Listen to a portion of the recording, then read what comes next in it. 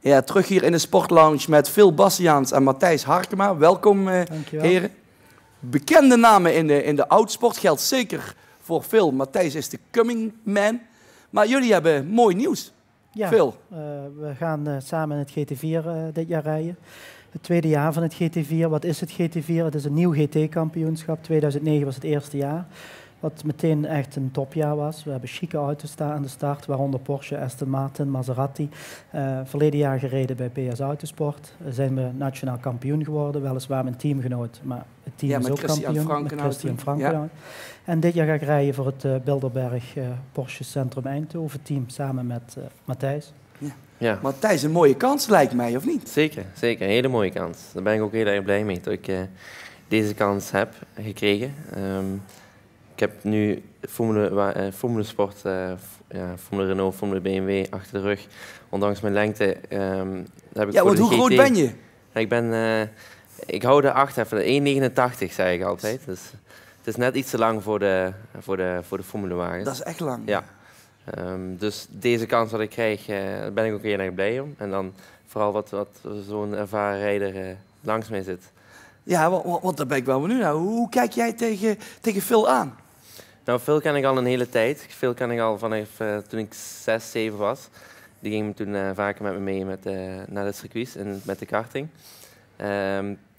Toen is Phil natuurlijk doorgegaan met zijn racecarrière. En ja, dus het is heel toevallig dat we nu weer bij elkaar zitten en dat we nu samen gaan racen om het moet toch fantastisch zijn voor een jonge, talentvolle coureur om zo'n ervaren kracht, want ik geloof 20 en 36 als ik goed heb. Ja. Ja, om zo'n ervaren kracht, om daarmee in één team te mogen. Ja, dat is inderdaad wel heel mooi. Ik kan nu heel veel leren van Phil. Phil is een ervaren toerwagenrijder en ze zeggen tegen mij dat ik nog een beetje een ruwe diamant ben. Nou, die gaan ze nu mooi fijn slijpen. En Phil en de teambaas Paul van Splunteren, die zal er zeker mee gaan helpen. En ja, we gaan er samen voor. Ja. Phil, dan gaan jullie het Dutch GT4 kampioenschap rijden. Waar rijden jullie dan allemaal? Wat we al zeggen, het is een Nederlands kampioenschap. Dus hoofdzakelijk zal dat circuitpark Zandvoort zijn.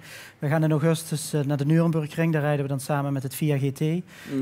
En we rijden nog een race op Assen. Dus hoofdzakelijk zal dat nationaal zijn. En hoeveel races zijn dat? En wanneer heb je gewonnen? In het totaal zijn dat 20 races, verdeeld over 7 weekenden. Je rijdt 3 races per weekend. 3, dat is veel. Je rijdt ook tegen elkaar. Wij delen weliswaar 1 auto. Maar zoals je verleden jaar hebt gezien, Christian Frankenhout werd nationaal kampioen. Ik werd 4e. Dus in dezelfde auto kan die rijdersbezetting ook verschillen van elkaar. Ja. De een presteert beter in zijn race, de ander minder in zijn race. Plus, je rijdt dan die hoofdrace op zondagmiddag, die rij je samen. En dan moet je gewoon een verplichte rijderswissel, pitstop, maken tussen de 25e en de 30e minuut. En daar haal je dan samen punten voor en die delen dan dubbel. Ja, heel interessant experiment is dat geweest, wat doorgezet wordt. En dat is verleden jaar gewoon heel goed aangekomen. En het is een chique klasse, spanning. Dit jaar is het kwalitatief nog hoger. Ja. Kwantitatief leveren we 2 auto's uit het startveld in. We zullen met 21 auto's met de paasraces van start gaan. Maar het is een beter veld als verleden jaar. Dus de messen zijn geslepen. Ja. Matthijs, wat zijn de kansen voor jullie? Of is dat voor jou moeilijk in te schatten als nieuwkomer? Het is voor mij wat moeilijker in te schatten. We hebben natuurlijk een testdag al gehad. Phil die wil natuurlijk voor het kampioenschap gaan. Ik wil natuurlijk zo goed mogelijk gaan presteren. Ik ben een rookie, een nieuweling. Ik ga de eerste komende races mijn best doen om goed te eindigen. Maar vooral het principe is dat ik de race uitrijd en dat ik veel kilometers maak. Dat ik veel leer van de auto. Dus wat de auto doet, wat de autolimiet is, waar de limiet is. Dus het is echt eerst ervaring opdoen. Het is voor mij gewoon een heel goed een leerjaar. Want jij komt uit de kartwereld. Hè? Ik kom inderdaad uit de kartwereld. Ik vind het wel mooi. Ik heb een beetje gekeken wat je kan geen moment stilzitten laten. Vanaf je 5e ben je al bezig met die sport en met karten en met sporten in het algemeen. Wat doe je er allemaal voor om in optimal shape te zijn? Nou, ik blijf wel in shape. En vooral omdat ik zo lang ben, kan ik natuurlijk niet, geen gekke dingen doen. Heb ik het over, het voeding moet natuurlijk wel goed zijn. Ik ben veel aan het rennen, veel conditietraining, veel vetverbranding. krachttraining. Maar krachttraining niet dat ik zo'n beer word, maar wel gespierde kracht. Ja, dus, en daar doe ik heel veel voor. Ik ren dan, ik fiets veel.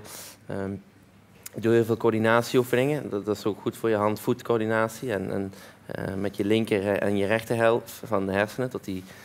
Want je race ook met je kont, zeg maar. Je beweegt, je voelt aan met je kont wat zo'n auto doet. En hoeveel uren in de week ben je in totaal ermee bezig? Nou, ik ben elke dag toch gemiddeld 2 uur bezig. Ja, dat is echt topsport dus. Ja. Topsport is wat jij ook altijd gedaan hebt, Phil.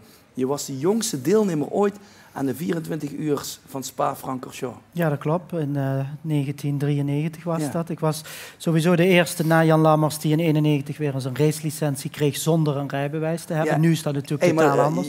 Je begint er zelf... Je hebt zoveel successen gehad. Wat was je mooiste succes? Dat is toch wel het Europese Renault Clio kampioenschap wat ik gewonnen heb in 2002. Daar kijk je het mooist op terug, omdat dat door heel Europa is. Ja. Bijvoorbeeld 2004 werd ik kampioen in de Alfa 147 GTA Challenge.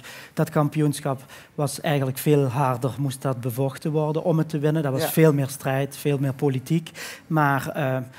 ik kijk gewoon tot nu toe heel leuk terug in de achteruitkijkspiegel. Ik had natuurlijk nooit verwacht dat... Dit is mijn 19e autosportjaar, volgend jaar 20-jarig jubileum. En ik wil gewoon dit jaar... Maar kun je je voorstellen dat ik dan zit met de vraag van... die jongen die is nog steeds zo talentvol en die heeft al zoveel gewonnen. Waarom is hij nooit doorgegroeid tot de, zoals ik het noem, de nieuwe Jos Verstappen? Omdat ik eigenlijk altijd al heb ingezien dat de Formule 1 maar voor zo weinig mensen is weggelegd. Er zal ook nooit meer, denk ik, in Nederland iemand komen die zo als een komeet, als Jos dat deed, door de Formule 3 zo in de Formule 1 kwam. Ja. Het is gewoon heel jammer, en dat is al heel vaak besproken, dat hij misschien net op het verkeerde moment in die Benetton werd gezet om ook echt races te rijden. Anders was het totaal anders voor hem afgelopen, denk ik. Dan zat hij er waarschijnlijk nu nog in. Maar Formule 1 heeft mij nooit getrokken. Ik keek meer naar die tourwagen. Er is voor jou meer, want je doet ook meer naast het... Ja, je gaf het al aan. 16 jaar verschil, zit hier op de bank. Ik doe natuurlijk ook aan mijn conditie. Maar ik rij ook meer op routine. Het is een spel, zoals jij dit hier met ons doet, weet ik wat ik moet doen. Natuurlijk zorg ik dat ik heel fit ben. En ik ben op dit moment fitter dan bijvoorbeeld verleden jaar. Want ik heb er ook fysiek veel meer voor gedaan. Alleen, ik heb een bedrijf. En daar organiseren we exclusieve relatiebeheer-events. En dat bedrijf dat loopt op dit moment gewoon zo goed dat dat me eigenlijk heel, heel erg opslokt. Nou, dankjewel, Phil. Het maakt veel niet uit of die jonge, talentvolle coureurs naast zich in de auto heeft of in het team. Of dat u als zakenman bij hem instapt. Geweldig. Heren, bedankt. Snel terug naar de studio. Dankjewel. Dankjewel.